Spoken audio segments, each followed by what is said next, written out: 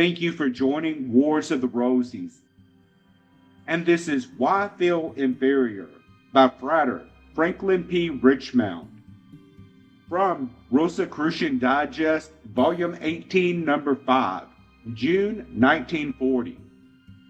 Why Feel Inferior by Frater Franklin P. Richmond. When everybody is created equal, it makes you and me just as good as the other fellow. By other fellow is meant your fellow men or humanity as a whole. And we really are. If we would believingly be directed by the dictates of our inner consciousness or subjective thinking, we, those who suffer under the burden of self-consciousness or an inferiority complex, seem to allow ourselves to be defeated before even getting a start. We knowing deep down within us we are being childish about the whole affair, and knowing we can succeed if we only give ourselves a chance. Think of the times we have caught ourselves saying, "I can't," then have gone ahead to perform the task, whether mental or social.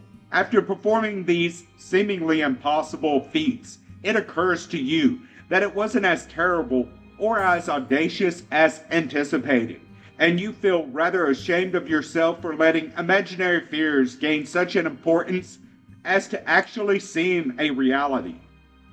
The possibilities of self are limitless, so why limit ourselves by non-essential objective fears? To my way of thinking, fear is an entirely objective function because it doesn't seem probable that fear could be of the subjective mind or divine side of man. Many times, at a later date, we come to the realization that the person or situation we felt inferior to wasn't worth our imaginary fears. And instead of you being the inferior party, the other party was really inferior and unworthy of your attention. Instead of having a feeling of being inferior and trying to carry through on a bluff, which we practice is only too apparent, why not try just being yourself? If you do act your true self, I am sure people will enjoy your company to a much greater degree than as if you are continually trying to put on an act.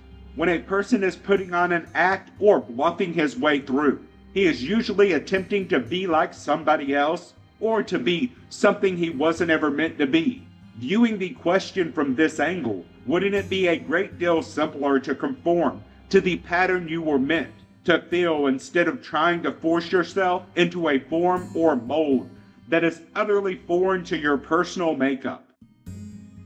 Thank you for watching, and please don't forget to share, like, subscribe, and comment. And if you can, please consider donating to Wars of the Rosies.